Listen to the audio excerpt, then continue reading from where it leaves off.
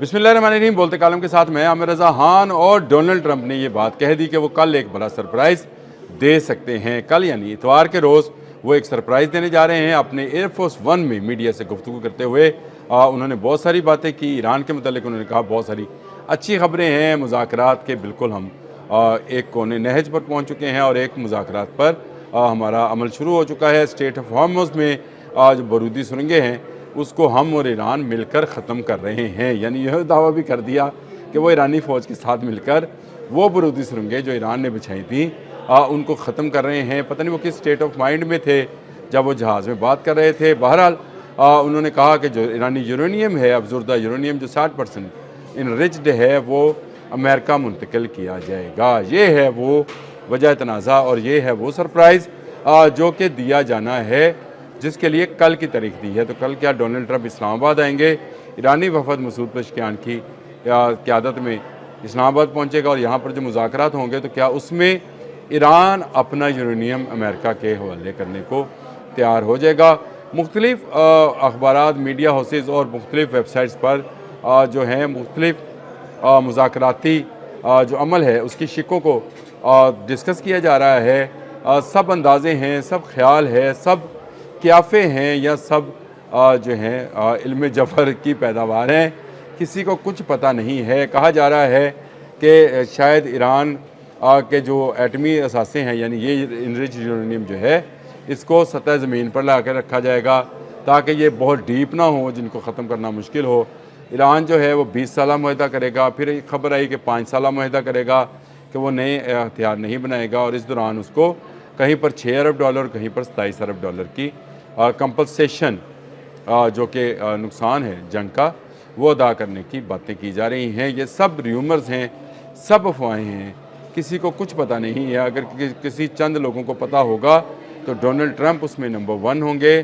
फिर उसके बाद ईरानी इस्टेब्लिशमेंट है और फिर पाकिस्तानी इस्टेब्लिशमेंट, मिलिट्री और सिविलियन दोनों इस्टेब्लिशमेंट को ये पता होगा। यानी वज़ीर आज़म और हमारे आर्मी चीफ या फील्ड मार्शल हाफिज़ आसिम मुनीर को इन अमूर का इल्म होगा जिन पर मुज़ाकरात होने हैं। मुज़ाकरात तो होने हैं, इस्लामाबाद में उसकी तैयारियां भी जारी हैं, लेकिन असल मसला जो है वो यूरेनियम का है। इस्माइल बकाई जो कि ईरान के हैं, उन्होंने अफजुर्दा यूरेनियम पर ताज़ा तरीन बयान जो है वो दे दिया है। वज़ारत ख़ारजा के तर्जमान हैं। उन्होंने कहा कि अमेरिका के हवाले करने के हवाले से कोई बात नहीं हुई है। डोनाल्ड ट्रंप का ये दावा जो है ये गलत है कि हम अपना यूरेनियम जो है वो इनके हवाले कर रहे हैं। इस पर डोनाल्ड ट्रंप पहले ही कह चुके हैं कि वो इतना डीप है कि उस पर तक कोई बॉम्ब नहीं पहुंच सका है। यानी ये इस बात का भी इतराफ़ है कि वो जो इनरिच यूरेनियम है 60%, उस तक हमारा कोई भी बॉम्ब नहीं पहुंच सका और वो महफूज है। अब उसको सतह ज़मीन पर लाया जाएगा, अगर सामने रखा जाएगा तो उसको तबाह करना बहुत ही आसान होगा। वो उसके लिए तो बहुत डीप बॉम्ब्स या B2 बम्बार की भी ज़रूरत नहीं होगी।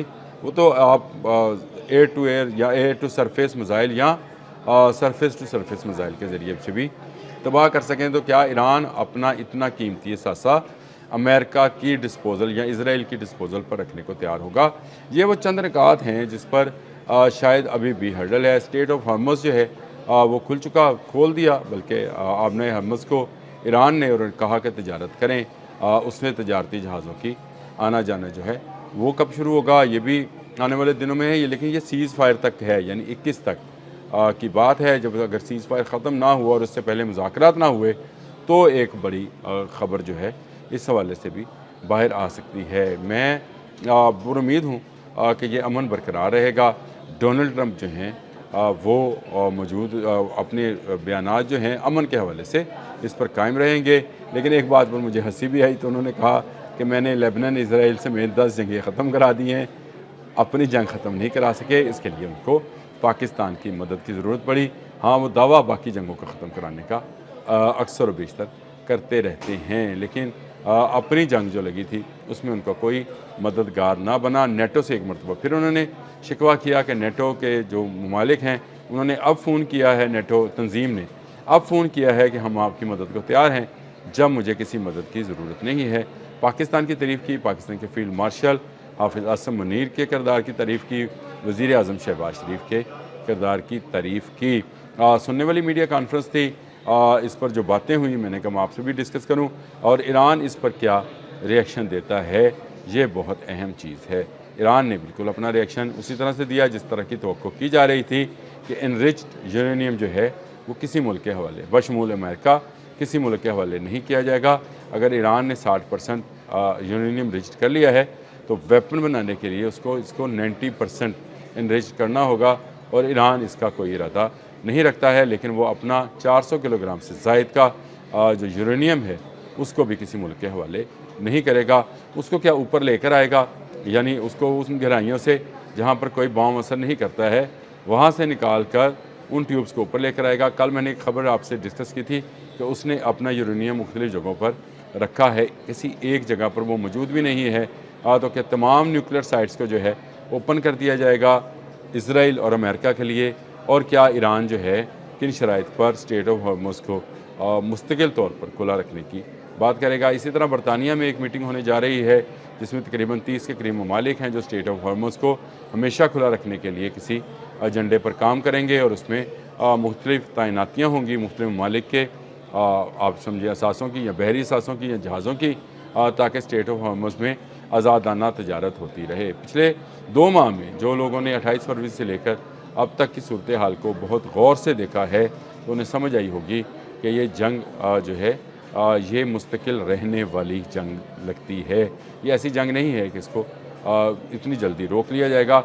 अभी मुज़ाकरात के मज़ीद अदवार भी चल सकते हैं, दूसरे दौर में दस्तक भी हो सकते हैं, लेकिन किसी वक्त दोबारा ये आग जो है भड़क सकती है।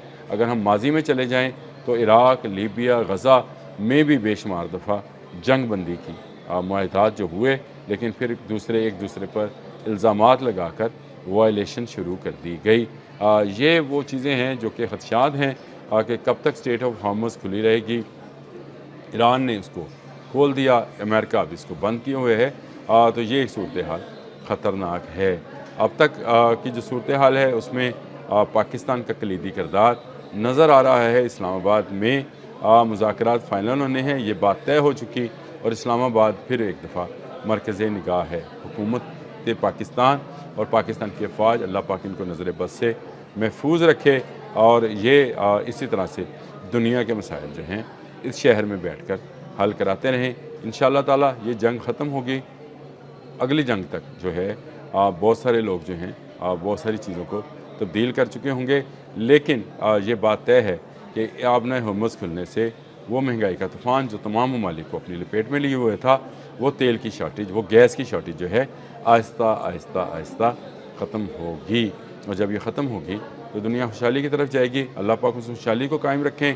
हम बड़ी जंग से कुछ ज़्यादा दूर नहीं हैं, ये मैं बार बार कहता हूँ। और तीसरी आलमी जंग के हवाले से मुझे अलग से व्लॉग करना है, दहीमा पर मुझे बताना है कि ये क्या है और इसका हदीस पाक में क्यों ज़िक्र किया गया है। लेकिन अभी ज़रा अमन का माहौल है। कल का दिन जो है बड़ा अहम है। कल और परसों का अगले 48 घंटे में डोनाल्ड ट्रंप ने कहा है कि वो सरप्राइज़ दे सकते हैं, तो ये सरप्राइज़ उनकी इस्लामाबाद आमद का भी हो सकता है। अब तक के लिए इतना ही। अल्लाह हाफ़िज़।